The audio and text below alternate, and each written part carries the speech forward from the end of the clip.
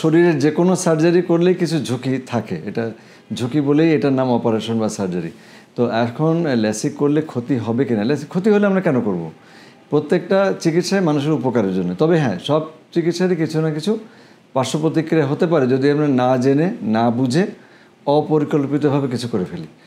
এই জন্য ল্যাসিক করতে বেশিক্ষণ লাগে না, মাত্র 15-20 সেকেন্ড হলো লেজার, আর টোটাল সার্জারি প্রসিডিউর 8 থেকে 10 মিনিট, মানে অপারেশন থিয়েটারে ঢোকা আর বেরোনো।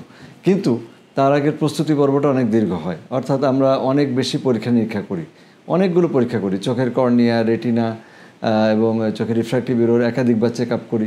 এগুলো সব টেস্ট করার পরে যদি আমরা ফিল করি যে এই অপারেশন আপনার চোখের জন্য নিরাপদ, তাহলেই শুধু আমরা ল্যাসিকে যাব।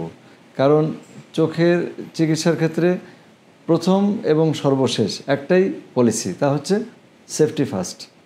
আমরা নিরাপদ না মনে করলে আমরা বিকল্প অন্য চিকিৎসায় যাব। এখন সব কিছু মেনে যদি আমরা ল্যাসিক করি, না, ল্যাসিকে কোনো ক্ষতি নেই।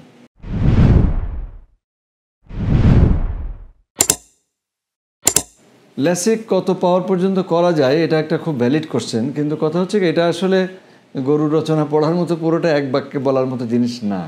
কারণ ইন জেনারেলি যদি আমরা বলি একদম 0.5 -0.5 থেকে বা +0.5 থেকে শুরু করে আমরা 9 -9, 10 বা +6 বা এই পর্যন্ত আমরা করতে পারি। কিন্তু এর সঙ্গে অনেকগুলো শর্ত জড়িত থাকে। সেটা হলো যে চোখের কর্নিয়ার পুরুত্ব কেমন আছে, এটা একটা ফ্যাক্টর। কর্নিয়ার কার্ভেচার, পুরুত্ব এবং অনেক কিছু ফ্যাক্টর মিলিয়ে আমরা ক্যালকুলেশন করি যে এটা সেফটি লেভেলটা ক্রস করে যাচ্ছে কিনা। যতক্ষণ পর্যন্ত আমাদের সবগুলো শর্ত পূরণ হয় ততক্ষণ পর্যন্ত আমরা ল্যাসিক করতে পারি। তা সেই হিসাবে যদি খুব কমনলি বলি, যাদের -3, 4, 5 এরকম পাওয়ারের চশমা থাকে, সবাই চোখ বন্ধ করে ল্যাসিক করা যায়। একটু বেশি পাওয়ার হলে বা অনেক কম পাওয়ার হলে তখন আমাদের একটু ক্যালকুলেশনটা বেশি করে করতে হয়, অনেকগুলো প্রবাবিলিটি বা অনেকগুলো রিস্ক ফ্যাক্টরগুলোকে কাউন্টে আনতে হয়। আমরা হিসাব নিকাশ করে একাধিকবার টেস্ট করে তখন ফাইনালাইজ করি।